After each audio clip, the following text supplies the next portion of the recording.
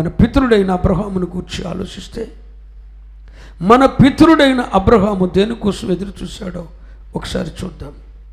పరిశుద్ధ గ్రంథములో నుండి హెబ్రీయులకు రాసిన పత్రిక 11వ అధ్యాయం 10వ వచనం. ఏలయనగా దేవుడు దేనికి శిల్పియు నిర్మాణికుడై ఉన్నాడు. ఏలయనగా దేవుడు దేనికి శిల్పియు నిర్మాణికుడై ఉన్నాడు. పునాదులు గలిగా ఆ పట్టణము కొరకు అబ్రహాము ఎదురు చూచుచుండెను. దేవుని స్తోత్రం చెప్పండి. అబ్రహాము దేని కొరకు ఎదురు చూశాడంటండి? పునాదులు కలిగిన పట్టణం కొరకు ఎదురు చూశాడంట. ఎక్కడుంది ఆ పట్టణం? ఆ పట్టణాన్ని ఎవరు కడుతున్నారు? దేవుడే శిల్పి, దానికి దేవుడే నిర్మాణికుడు. దేవుడే శిల్పియు, దేవుడే నిర్మాణికుడై ఒక పట్టణాన్ని మన కొరకు కడుతున్నాడు. మనం ఇక్కడ వారం కాదండి, మన సొంత దేశం ఇది కాదండి. ఈ భూమి మీద మనం పరదేశులము, యాత్రికులమండి. ఈ భూమి మీద మన యాత్ర ముగించుకోగానే మనం ఒక పట్టణానికి చేరవలసిన వారమై ఉన్నాము. ఒక మాట చొప్పున హెబ్రీయులకు రాసిన పత్రిక 13వ అధ్యాయం 14వ వచనం చూడండి. హెబ్రీయులకు రాసిన పత్రిక 13వ అధ్యాయం 14వ వచనం. నిలువరమైన పట్టణము, హలో, నిలువరమైన పట్టణము మనకిక్కడ లేదు. స్తోత్రం చెప్పండి. నిలువరమైన పట్టణం, ఎన్నడూ నిలిచి ఉండే పట్టణం, నిలువరమైన పట్టణము మనకిక్కడ లేదు గాని ఉండబోచున్న దానికోసము ఎదురు చూచుచున్నాము. దేవునికి స్తోత్రం చెప్పండి. ఈ పట్టణాలన్నీ ఉంటాయని మీరు అనుకుంటున్నారేమో. ఏ పట్టణము కూడా మిగిలి ఉండేది కాదు. ఈ పట్టణములు భూమి మీద ఉన్న మహా పట్టణములని మనం అనుకుంటున్నాం. చూశారు, ఇందులో ఏ పట్టణము కూడా నిలిచి ఉండేది కాదు. మీకు ఒక మాట చెప్పనా? ఈ భూమి ఆకాశములు చుట్టబడిన గ్రంథము వలె తొలగిపోబోతున్నాయి. 7 ఏండ్ల మహాశ్రమల కాలములో ఓ పెద్ద భూకంపం కలగబోతుంది. ఆ భూకంపానికి ఈ పట్టణములన్నీ కూలిపోబోతున్నాయి. ఈ మేడమిద్దెలు, అంతస్తులు, ప్రపంచ ప్రఖ్యాతి పొందిన టవర్స్ అవన్నీ కూడా ఉండేవి కాదు. పరిశుద్ధ గ్రంథం చెప్తుంది, మనకు నిలువరమైన పట్టణం ఇక్కడ లేదు. మనకు నిలువరమైన పట్టణం ఇక్కడ లేదు. అందుకే ఉండబోయేది ఒకటి ఉంది. ఇవన్నీ ఉండేవి కాదు. ఇవన్నీ ఒక రోజున లయమైపోతున్నాయి. తీవ్రమైన వేడిమితో భూమి మీద ఇక పంచభూతాలు ఉండవు. పంచభూతాలు లేకపోతే జీవులు బ్రతకటం ఎలా అండి? జీవన మనుగడ ఉండదు. పంచభూతములు, ఆకాశము, భూమి, అగ్ని, గాలి, ఇవన్నీ తీవ్రమైన వేడితో లయమైపోతున్నాయి. పంచభూతాలు ఉండవిక. పంచభూతములు తీవ్రమైన వేడితో లయం కాబోతున్నాయి. మానవ మనుగడకు, జీవనానికి ఏది అవసరమో అవన్నీ లయము కాబోతున్నాయి. 7 ఏండ్ల మహాశ్రమల కాలము రాబోతుంది. 2000 సంవత్సరాలుగా రక్షణ సువార్త ప్రకటించబడుతున్న ఆ సువార్తకు లోబడకుండా, ప్రభువైన యేసుక్రీస్తుని రక్షకునిగా అంగీకరించకుండా, మోరు మనసార్థమైన రక్షణార్థమైన బాప్తిసం పొందకుండా సువార్తను ధిక్కరించిన వారి మీదకు దేవుని మహోగ్రత 7 ముద్రల రూపంలో, 7 బూరల రూపంలో, 7 పాత్రల రూపంలో కుమ్మరించబడబోతుంది. అప్పుడు ఈ భూమి మీద ఉన్న పంచభూతములు తీవ్రమైన వేడిమితో లయమైపోతే, గాలి లేకుండా, సూర్యుడు గాలి లేకుండా, అగ్ని లేకుండా, భూమి ఆకాశం లేకుండా మానవ మనుగడ ఎలా ఉంటుంది? ఒక్కసారి గ్రహిస్తున్నారా? ఉండవు. నిలువరమైన పట్టణము మనకి ఇక్కడ లేదు. కానీ నిత్యము ఉండబోయేది ఒకటి ఉంది. ఆమెనేం చెప్పరే? అదేంటి? ఉండబోయే పట్టణం ఒకటి ఉంది. ఆ పట్టణమే పునాదులు కలిగిన పట్టణం. ఆమేన్. అది అప్పుడే కొన్ని వేల సంవత్సరాల క్రితమే కొన్ని వేల సంవత్సరాల క్రితమే మన పితరుడైన అబ్రహాము దాన్ని గ్రహించాడు. ఈ భూమి ఆకాశములు పంచభూతములు తీవ్రమైన వేడితో లయమవుతాయి. ఈ పట్టణాలు ఉండవు, ఈ భూమి ఉండదు, ఈ భూమి మీద ఉన్న ఏ వనరు ఉండదు, ఈ బిల్డింగ్స్, అపార్ట్మెంట్స్, అంతస్తులు ఏవి ఉండవు. ఇవన్నీ తాత్కాలికము, భౌతిక సంబంధమైనవి, భూ సంబంధమైనవి. ఇక్కడ నిలువరమైన పట్టణం లేదు. ప్రతి పట్టణము కూడా కూలద్రోయబడుతుంది. ఏది ఉండదు, అసలు భూమి ఆకాశాలే ఉండవు. అలాంటి పరిస్థితి రాబోతుంది పిల్లలారా. మరి మానవ జీవిత ముగింపు తరువాత మనము మరణిస్తామనుకోండి. మన మరణం తరువాత కుక్కగానో, నక్కగానో, కోతిగానో, ఎద్దుగానో పుడతామా అండి? నో అండి, బైబిల్ అలా చెప్పలేదండి. మరి ఎలా అండి? మరణం తరువాత ఏంటి? మరణంతోనే జీవితం అంతమా? No no no. మరణం తర్వాత, భౌతిక మరణం తర్వాత మరొక జీవితం ఉంది. మరుక్షణం ఈ భూమి మీద ఈ దేహాన్ని విడిచిపెట్టిన తర్వాత మరొక జీవితం ఉంది. ఒక్క క్షణంలోనే మనం ఎక్కడో ఒక చోటుకు చేరాలి. నిత్యత్వం అంటే ఆ పునాదులు కలిగిన పట్టణంలోకైనా చేరాలి. నిత్యాగ్నిగుండం అనే అగ్నిగుండంలోకైనా చేరాలి. రేపొద్దున భూమి ఆకాశాలను తొలగిపోయినప్పుడు ఇక మిగిలేది అగ్నిగుండమే. ఆ అగ్నిగుండములో నశించిపోతావు, నిత్యాగ్నిగుండములో కాలిపోతావు. నిత్యము యుగ యుగాలు ఇంకొక జన్మెత్తవు నీవు.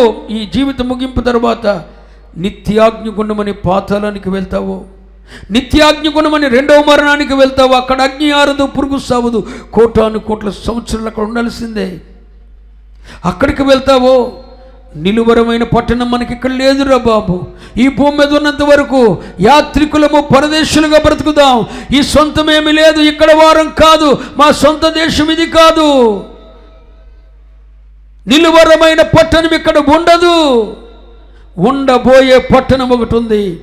ఆ పట్టణానికి దేవుడే శిల్పి, దేవుడే నిర్మాణికుడై, దేవుడే శిల్పియు నిర్మాణికుడై 2000 సంవత్సరాల నుండి కట్టుచున్న ఒక పట్టణము పరలోకమందు మనకున్నది. అది పునాదులు కలిగిన పట్టణం. అది ఉండబోయేది. ఇవన్నీ ఉండేవి కాదు, అవి ఉండబోయేది. ఉండబోయే ఆ పట్టణం కొరకు కొన్ని వేల సంవత్సరాల క్రితమే అబ్రహాము చెప్పరే ఎదురు చూశాడు. దేవునికి స్తోత్రం చెప్పండి. మరి నేను అడుగుతున్నా, నీ నిస్సహాయ స్థితిలో, నీ అసమర్థతలో, నీ ఓటమి నీకు ఎదురైనప్పుడు, ప్రతికూల పరిస్థితులు నీ జీవితంలో సంభవించినప్పుడు నువ్వు దేని కొరకు ఎదురు చూస్తున్నావు? యెహోవా కొరకు ఎదురు చూస్తున్నావా?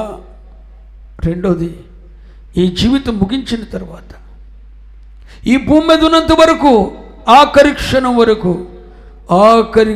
వరకు ఈ భూమి మీద మన మనుగడ కొనసాగించినంత కాలం ప్రతి క్షణం దేవుని కొరకు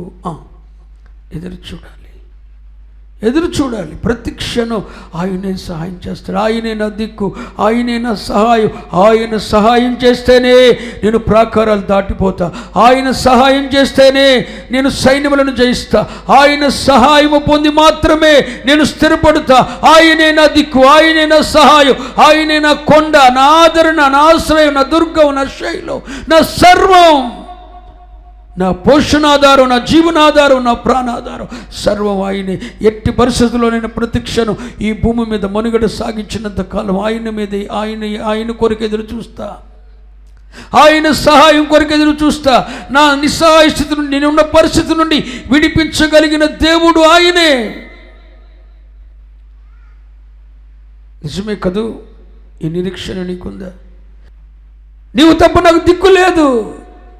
బిడ్డల జీవితాన్ని ఉద్ధరించగలిగిన వాడవు, విచ్ఛిన్నమైన కుటుంబ వ్యవస్థలను కట్టగలిగిన వాడవు, పతన అవస్థ నుండి పైకి లేపి ఉద్ధరించబడవు, దీనులను పైకెత్తు వాడవు, దరిద్రులను నేలమట్టి నుండి లేపి అధికారులతో కూర్చొనబెట్టు వాడవు, పెంట కుప్పల మీద ఉన్న జీవితాలను మహిమగల సింహాసనం ఎక్కించుటకు సమర్థుడవు. ఐశ్వర్యమును ఘనత అది నీ వలన అనుగ్రహించబడేవి. నీవేమో దిక్కయ్యా, నీవేమో సహాయమయ్యా, నీవేమో ఆధారమయ్యా. మీలో ఎంతమంది ఆయన సహాయం కొరకు ఎదురు చూసేవారు ఉన్నారు బిడ్డలారా? ఈ భూమి మీద మనం మనుగడ సాగించినంత కాలం ఆఖరి క్షణం వరకు కూడా ఆయన కొరికే, ఆయన సహాయము కొరికే ఎదురు చూడాలి. ఆయన చంపినా యోబు భక్తుడు నన్ను చంపినా సరే నేను ఆయన కొరికి ఎదురు చూస్తా. పోనీ అన్నీ అయిపోయాయి. మరి నీవు దేని కొరకు ఎదురు చూస్తున్నావు? నువ్వెవరి కొరకు ఎదురు చూస్తున్నావు? నీ శక్తి, నీ సామర్థ్యం, నీ బలం మీద ఆధారపడ్డావా? దేవుని కొరకు ఎదురు చూస్తున్నావా? ఒక్క నిమిషం ఆలోచిస్తారని ఈ మాటలు మీతో చెప్తున్నాను. సరే, ఈ భూమి మీద మన మనుగడ అయిపోయిన తర్వాత మన పరిస్థితి ఏంటి? ఈ భూమి మీద నిలువరమైన పట్టణం మనకు లేదు. ఇవేమి ఉండవండి పిల్లలారా, భ్రమపడొద్దండి. ఇవేమి ఈ అపార్ట్మెంట్స్, ఈ బిల్డింగ్స్ ఇవన్నీ ఉండేవి కాదు. అన్ని తాత్కాలికం, అన్ని కూలిపోబోతున్నాయి. ఏవి ఉండవు. బైబిల్ చెప్పింది, మీరు నమ్మండి, యథార్థం. నిలువరమైన పట్టణం మనకి ఎక్కడ లేదు. ఒకవేళ మన స్టేజ్ కనపరుచుకుంటున్నాం, మన లెవెల్ కనపరుచుకుంటున్నాం అనుకుంటున్నారేమో. రేపొద్దున అద్దె ఇంట్లో ఉన్నవాని పరిస్థితి ఏంటో, సొంత ఇల్లు ఉన్నవాని పరిస్థితి కూడా అంతే. ఏం లేదు భూమి మీద. అందుకనే అతడు నివసించినంత కాలం గుడారాల్లో నివసించాడు. ఈ భూమికి భవిష్యత్తు లేదన్న సంగతి ప్రపంచ మేధావులు గమనించి అంతరిక్షంలో చంద్రమండలంలో నివాసాలు కట్టుకోవాలని ప్రయత్నం చేస్తున్నారు. ప్రభు అన్నాడు, నీవు ఆకాశములో నీ నివాసములు కట్టుకొని అంటే కట్టుకొని అక్కడ నుండి నిన్ను కింద పడేస్తా అంటాడు. ప్రయత్నం చేస్తున్నారండి ప్రపంచ మేధావులు. ఈ భూమి మీద భవిష్యత్తు లేదని ఎరిగి అంత చంద్రమండలంలో నివాసాలు కట్టుకోవటానికి ప్లాన్ చేస్తున్నారు. టెక్నాలజీ ఉపయోగిస్తున్నారు అక్కడికి వెళ్ళిపోదామని. ఇది కూలిపోవటానికి, పతనమైపోవటానికి సిద్ధంగా ఉంది. ఇది పాతదైన ఇది తొలగిపోవటానికి సిద్ధంగా ఉందని పరిశుద్ధ గ్రంథం నొక్కి చెబుతుందండి. ఇక ఇది ఉండేది కాదు. నెక్స్ట్ క్రొత్త ఆకాశం, క్రొత్త భూమి రాబోతుంది. అది ఎవరి కోసమో తెలుసా? నిలువరమైన పట్టణం ఈ లోకంలో లేదని, ఉండబోయే పట్టణం ఒకటి ఉందని, ఆ ఉండబోయే పట్టణము దేవుడే శిల్పియు నిర్మాణికుడే కడుతున్నాడని, ఆ పునాదులు కలిగిన నిత్యత్వం, ఆ పరలోక పట్టణం కొరకు ఎవరు ఎదురు చూస్తున్నారో వారి కొరకు ఒక క్రొత్త ఆకాశం, క్రొత్త భూమి రాబోతుంది. అంటే ఇవేముండవు. మరి నువ్వు దేని కొరకు ఎదురుతున్నావు? నిలువరమైన పట్టణము మనకి ఎక్కడ లేదు. నిలిచి ఉండటానికి కూడా చోటు ఉండదండి. భ్రమ వద్దండి పిల్లలారా. ప్రభు రాకడ సమీపించబోతున్న దినాల్లో మనం ఉన్నాం. ఏమీ లేదని చింతించొద్దు బిడ్డ. నువ్వేమీ లేదని చింతించొద్దు. నాకేమీ లేదు, పాదం మోపటానికి కూడా స్థలం లేదని నువ్వు అనుకోవద్దు. అసలు మనకు నిలువరమైన పట్టణం ఇక్కడ లేదు. ఈ భూమి మీద ఉన్నంత వరకు మనము యాత్రికులము, పరదేశులుగా బ్రతుకుదాం. ఏదో ఒక రోజున నా సొంత దేశానికి వెళ్ళిపోతా. భూమి మీద ఉన్నంత వరకు అన్నపానములు, వస్త్రములు కలిగి సుఖంగా జీవించండి. ఏదో ఒక రోజున మీరు ఇలాగే ఉండండి. బ్యాంకుల్లో చేసిన డిపాజిట్స్ అన్నీ కూడా ఖాళీ చూపెట్టబోతున్న రోజులు రాబోతున్నాయి. ప్రపంచ ఆర్థిక వ్యవస్థ కుదేలైపోయి బ్యాంకుల్లో డిపాజిట్ చేసిన డిపాజిట్లన్నీ కూడా జీరో చూపెట్టే రోజు రాబోతుంది. ఇప్పుడు మనం వాడుతున్న రూపాయలు ఉండవు. ఈ రూపాయికి చలామణి ఉండదు. ఇది చిమ్మిటి పడుతుందన్నాడు దేవుడు. అంటే డిజిటల్ టెక్నాలజీతో రూపాయి రాబోతుంది. అప్పుడు ఈ చేతిలో ఉన్న కాగితాలు పనికిరావు. ఇవి మనకు ఉపయోగం కాదు. పరిస్థితులన్నీ తారుమారైపోతున్నాయి. అంచె దినములలో ఉన్నాం. ఈ కరెన్సీ పనికిరాదని దేవుడు ఎప్పుడో చెప్పాడు. అంత్య దినములలో ఈ కరెన్సీ ఉండదు, చేతిలో రూపాయలు ఉండవు. అసలు నిలువరమైన పట్టణమే ఇక్కడ మనకు. అందుకని భూమి మీద బ్రతికినంత కాలం దేవుడిచ్చిన ఐశ్వర్యముతో ఘనతతో సుఖంగా బ్రతకాలి. అన్నపాన వస్త్రములు కలిగి దేవుడిని సంతోషపెడుతూ సుఖంగా బ్రతకటమే దేవుడిచ్చిన భాగ్యం అండి. అది సొలొమోను చెప్పాడు. మరి నువ్వు దేని కొరకు ఎదురు చూస్తున్నావు? పునాదులు కలిగిన పట్టణం కొరికేనా?